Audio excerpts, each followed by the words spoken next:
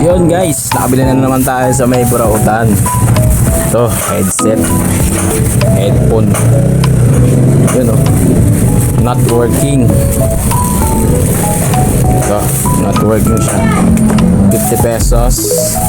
Ito, yung Gojo Dock na stylus pen.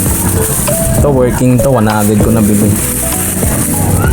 Magagamit ko to sa mga ano dito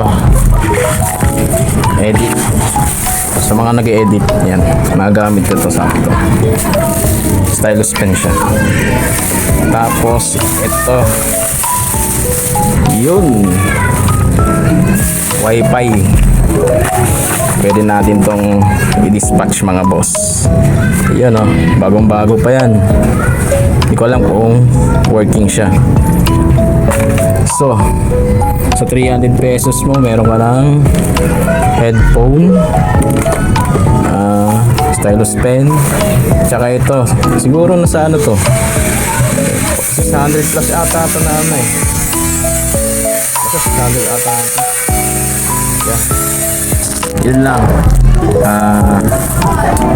See you sa susunod na ano natin, bubulakbol, maghanap ng mga gamit na sira o mga burautan. Let's go.